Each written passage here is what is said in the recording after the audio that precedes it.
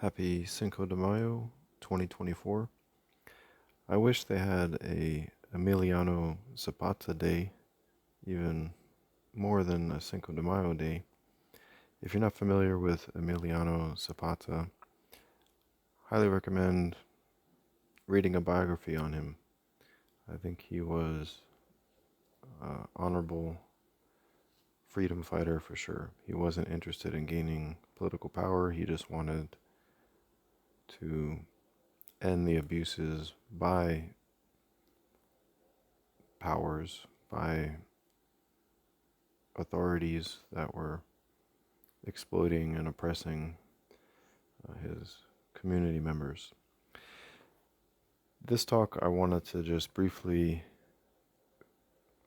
point your attention to what I'm calling 5 holographic pillars to civilization, or you could also think of them as 5 normalized absurdities that actually form the basis of a society that isn't actually civilized in the true sense of the word. These mainly revolve around the idea of law and order and you could say true social justice, right? Because that's what civilization is supposed to be about, correct, right? That's what differentiates civilization from, just a chaotic Mad Max, terrible anarchy, horrible, uncivilized society, right? We're happy with this organization and this control that is, for the most part, keeping things civilized or keeping things non-abusive, right? That's ultimately, I think, the best way to think about what a truly civilized society is. It would be a non-abusive one, right? There wouldn't be abuses going on all over the place. You'd have a more loving, or at least you could say cordial society, more respectful behavior going on, right? So let's look into these holograms here. So number one, I would say, is the supposed ethical superiority of officials. So this is implied in pretty much all of the governance that we're put under, right? Because if they're doing things that are criminal for us to do, that implies that they're ethically superior, that they can be trusted with that power, right? If they give themselves these surveillance powers, for example, just to invade anyone and everyone's privacy whenever they want, well, that assumes that the people doing that invasion of privacy are ethically superior to the ones that they're invading the privacy of, right? Because otherwise it would just be an aggressive act. If someone is, looking through the window of, someone else's house, and they get caught doing that, someone might call the police, right? And say, hey, there's some guy on my property and he's like looking right through my window or my bedroom window, right? It wouldn't be considered okay if an ordinary person did it, right? But yet, if an official does it, it's considered okay. And why is that? Well, there's an assumed superiority.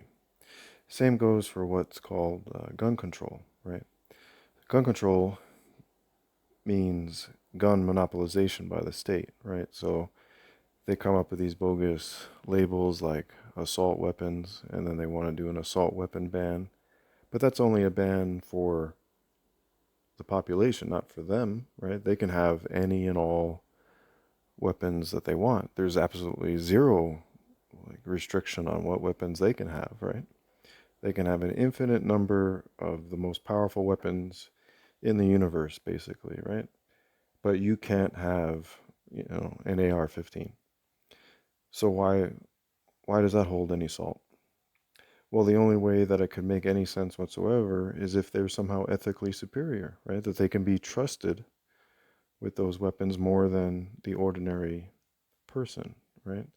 So much of what we call legitimate governance, or just so much of what makes up the day-to-day business of government, is supposedly justified by this idea, although it's never stated explicitly, because if they stated it explicitly, people might question it, right? So it's more implicit. And even if you would say, well, I don't think the politicians themselves are necessarily ethically superior, but I think the system itself and the checks and balances, thereby makes them more superior.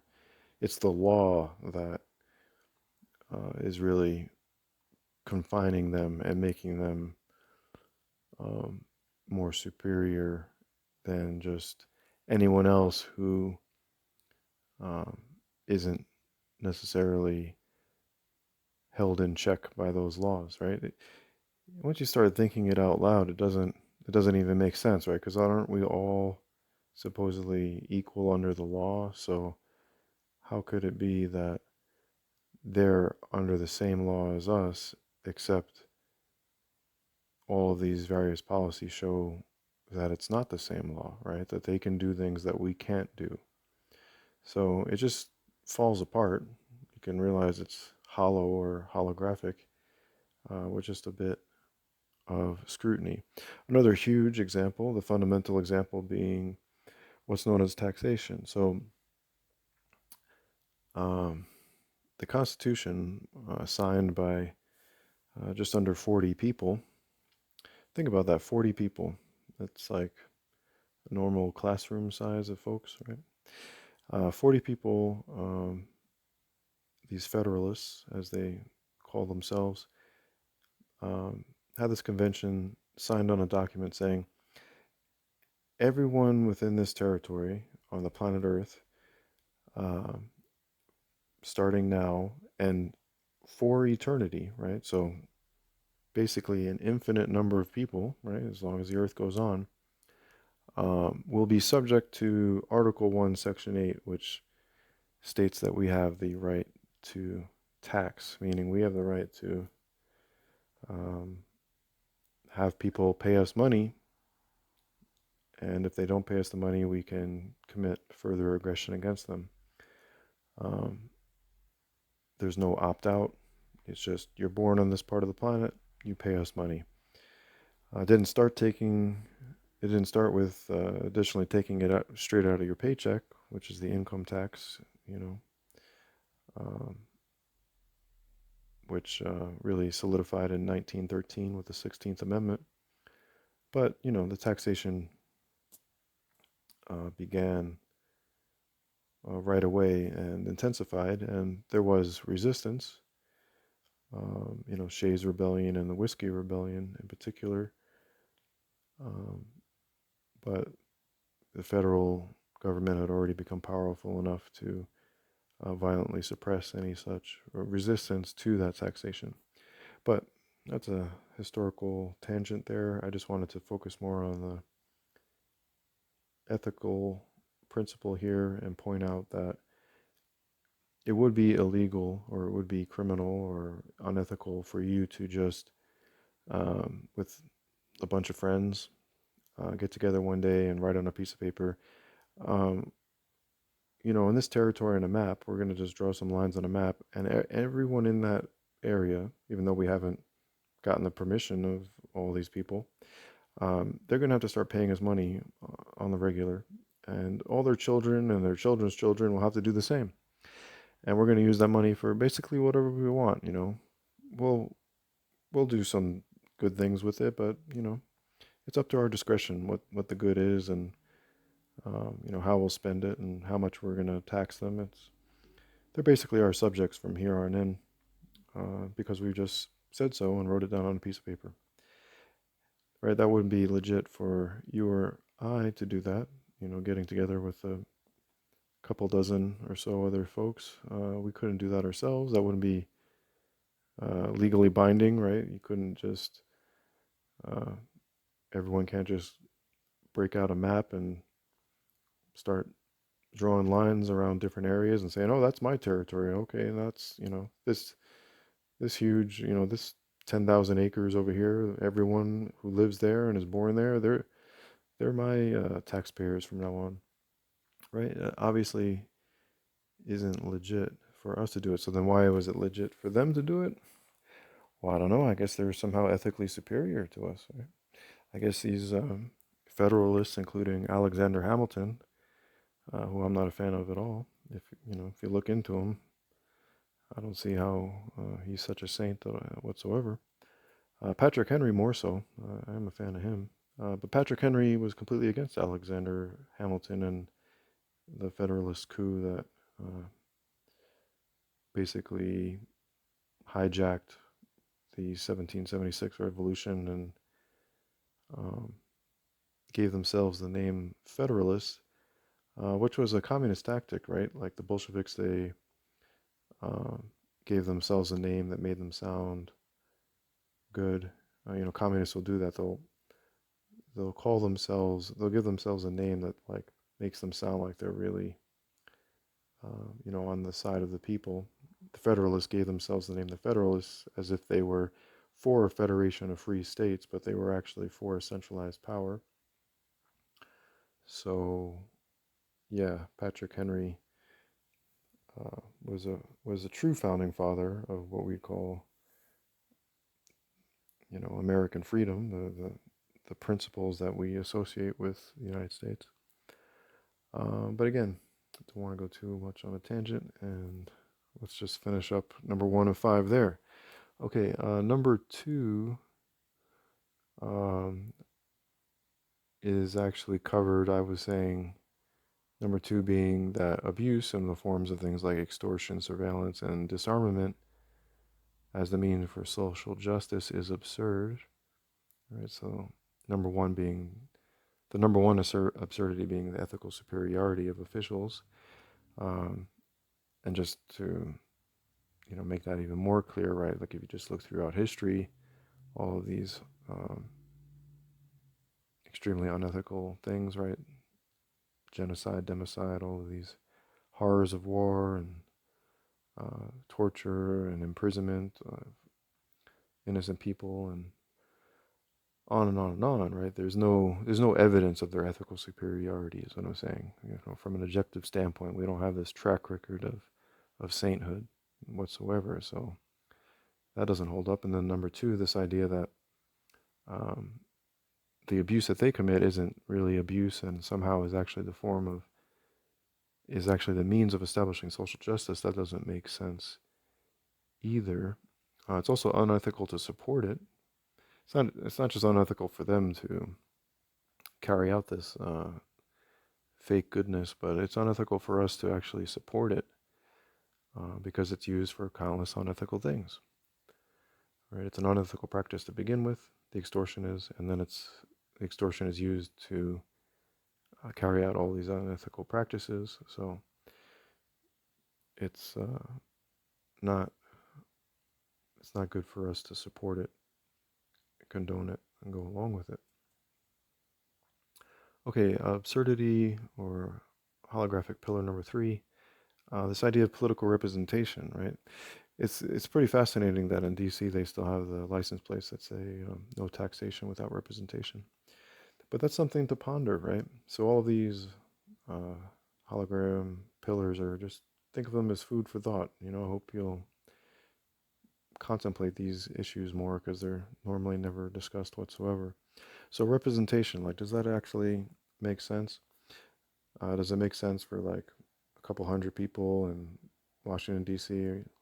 To supposedly represent hundreds of millions of people over a continent, an entire continent?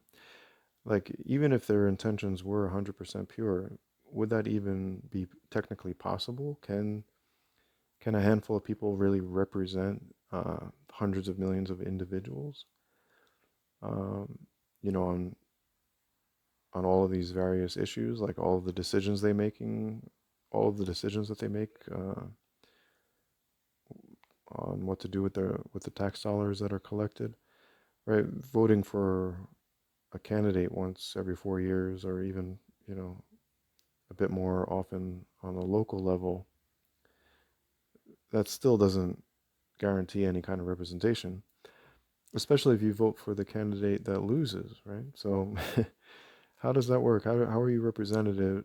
How are you represented if the person you vote for loses, right? If obviously you're not being represented. Say you have two candidates that are very, very different from one another, and you vote for the one that loses. Well, how are you being represented, right? You're not, right? So why isn't that ever talked about, right? That's just straightforward common sense. But yeah, representation, this idea of political representation is basically a lie. So, holographic pillar, it's made out to be this solid foundation of, at least a pillar of that foundation of society. And yet, if you just think about it for a minute, there's nothing there. It's just nonsense. It's just hot air. It's just propaganda. Okay, number four um, is the idea that having to pay other people just to live on the planet Earth is completely normal. Now that's legit. Why is that legitimate? If you just zoom out from the whole political uh, context of reality and society and human beings on planet Earth, right? We're all human beings born on this planet, and we all need land, water, and seed to survive, right? Those are the fundamental natural resources needed for survival that are pre-existing in nature. So why does it make sense that some humans would have to pay other humans just to have a little bit? Like I'm talking about just like a place to sleep on the ground, right? You're born on this planet, and just like all various forms of wildlife are born, right? And birds, make their nest in a tree, and on with all the kinds of wildlife. They all, have a place to sleep at night. Wouldn't it be odd that, one bird would somehow have to serve another bird just to have that place to sleep on that branch? Like if that bird had to like give, 40% of all of its food to some other bird on another tree just to go back and be able to sleep on the branch of the tree that it lives on, right? I know that sounds kind of silly, but I'm trying to get the point across that it doesn't make sense on a fundamental level as to why just to exist on the planet Earth, you have to pay other humans, right? So homesteading land, right, an acre or two, just enough, to have your own place to sleep, have your privacy, have a little vegetable garden or fruit orchard, nut orchard, both, kind of subsistence level, right? We're not talking about some ambiguous, possibly infinite amount of land and water, right? A couple acres is about what a human needs. I mean, this doesn't vary hugely, from one individual to the other. We all have like basic nutrient needs, calorie intake. We all need to drink a certain amount of water, right? It's not unquantifiable, right? It's not like some huge mystery that can never be at least narrowed down to some reasonable numbers, right? Like a hectare or 2 acres, about that size, and enough water to water your crops and hydrate your family, right? Like that's just common sense science, you could say, a scientific observation. So why wouldn't that just be considered a birthright, right? If you were on a boat and on a vacation with some folks, and it landed on an uninhabited island, and you all were stuck there and had no communication, and you had to survive there.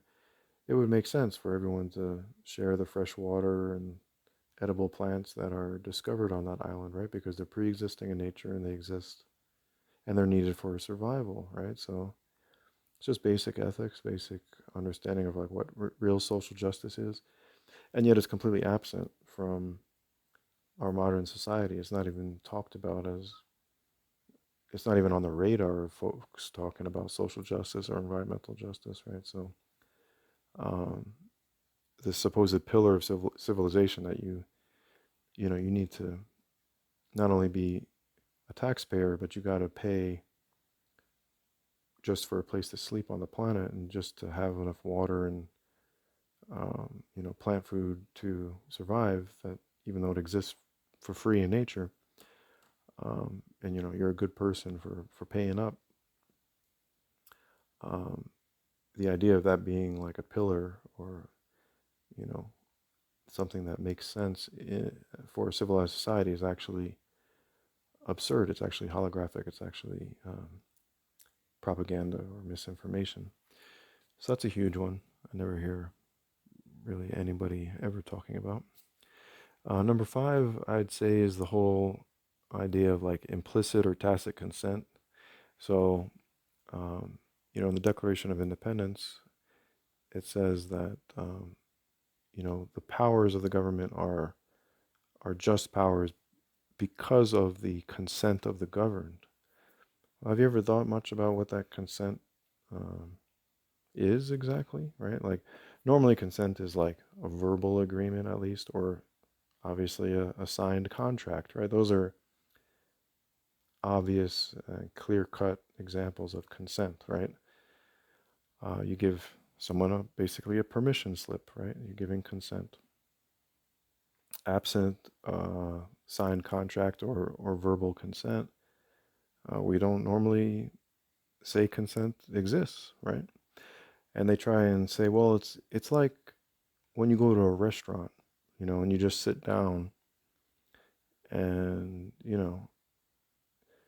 it's just understood that you're going to have to pay for the meal when you're done eating, even though you didn't agree to do so, prior to sitting down and eating the meal, right? But I mean, really, do you think that's the same as being born on the planet and just having money taken out of your paycheck and, being taxed left and right on almost every transaction you make?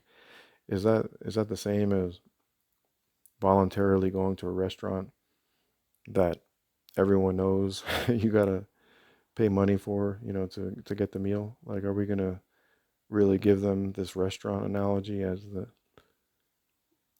equivalent to just living on the planet and therefore being giving consent to taxation? It doesn't. It's weak. It's so weak. It's ridiculous, right? Another main argument, in favor of this so-called implicit consent is just that, well, you use some of the services that are provided for by your tax dollars, so obviously you're giving consent because you're using them. Well, that doesn't hold up either, right? Because if someone stole $1,000 from me, and I see there's a way that I can get $100 back by like I see that they're providing a service that has $100 value that I can utilize. Well, me, utilizing that service, right, to get a bit of the money back, basically that was stolen from me in a way, is not equal to consent, right? If I know that, well, if I, resist them, head on and say, well, I don't want you stealing any money from me, and I know their reaction is going to be even more violent, and I don't want that, so I'm basically coerced into submission. But I say, oh, well, you know, there are these services that they provide, free of charge, quote unquote, really paid for by the tax dollars that they took, right? Um, or you use the roads. A lot of times they'll say, oh, well, you use the roads, roads are paid for by tax dollars or what have you.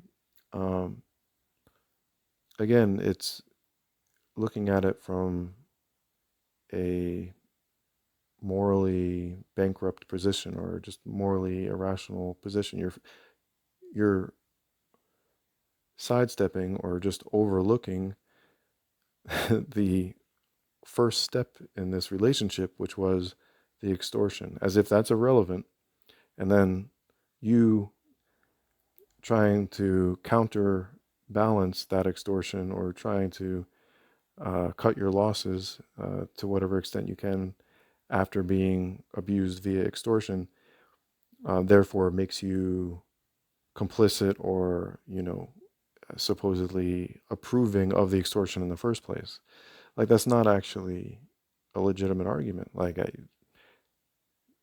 it's just not, if you're just looking at it from basic intelligent moral position, you can't say, well, if you use any of these services, especially when these services may be almost impossible not to utilize, right? Like, what are you not going to go on the road because they stole the money from you to build the road, right? That's ridiculous. It's putting the uh, the burden on the person that was stolen from in the first place. So it just turns out to be another holographic pillar of so-called civilization. And then the final one on this implicit or tacit consent. And I have found it's interesting, like if you look into scholarly, I guess you'd call it, like arguments on consent, at least in my experience, it's always been basically these three that are given as like the top, these are the top arguments, right? Like in favor of the foundation of empire, which is like wreaked havoc on humanity for centuries.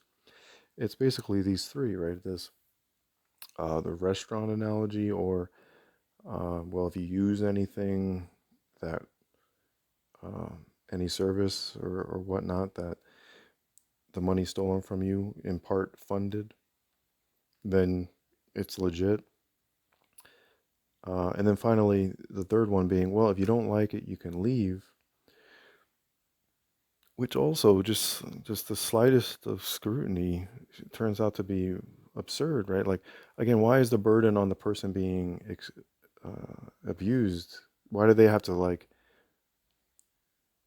up and leave and try and find some other place on the planet Earth to not be abused, right? Like, how about them just not being abused in the first place? And how about we have voluntary relations based on the non-aggression principle, right?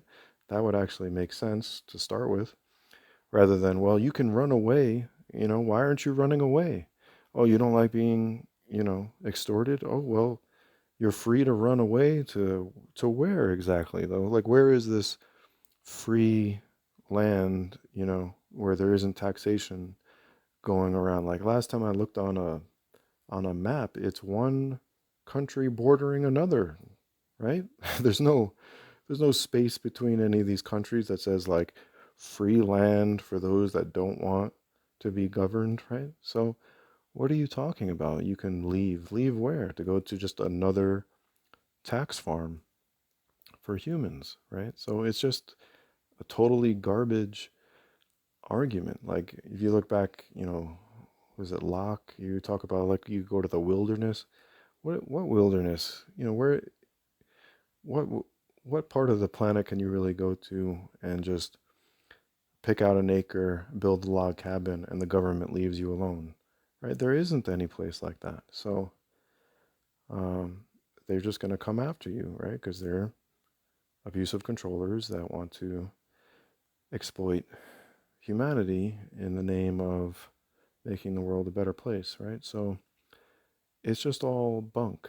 It's just these five garbage pillars of a so-called civilization that actually keeps us in a unethical and unjust society that just gets progressively worse because power corrupts, and when you give people a never-ending stream of money with basically zero accountability, because this these checks and balances that are supposedly keeping them in check, they constantly can alter and bypass in various ways. So it's this double standard where you're held to, um, this high level of restriction, but they basically can do whatever they want, and so that corrupts them even more, and they become even more power hungry and more abusive, and start doing things like global medical tyranny and disarmament, and making the world more and more hellish, communist style. So I hope this was communicated well enough to be worthy of your contemplation. Thank you for listening.